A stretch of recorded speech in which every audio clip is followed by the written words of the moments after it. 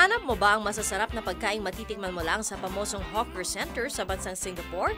Kung oo, pues hindi mo na kailangang bumiyahe pa ng 2,000 kilometers dahil sa isang kainan sa Ortigas ay nadiskubre namin ang mga Singaporean dishes na sagot sa iyong pihikang panlasa. Una sa listahan ay ang sikat na noodle dish ng bansang ito, ang Char Kway Teow. Una muna ay maggisa ng itlog sa mainit na mantika, sunod ay ilagay ang bawang. Tapos ay sabay-sabay ilagay ang chorizo, bean sprouts, hipon, fish cakes, onions at ang rice noodles. Saka ilagay ang soy sauce. And presto! Luto na ang ubod na sarap na Char Kway Teow.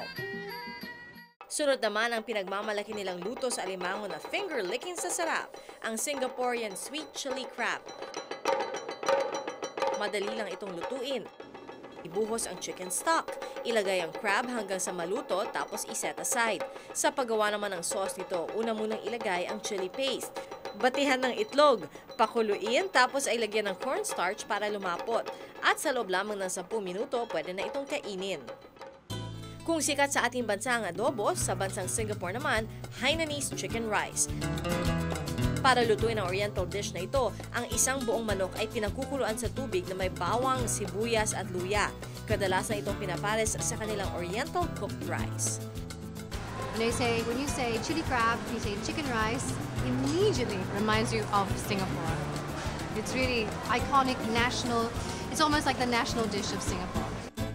Ilan lang yan sa mga Singaporean dishes na aming nadiskubre. Kaya go and try na for that different kind of delicious food trip.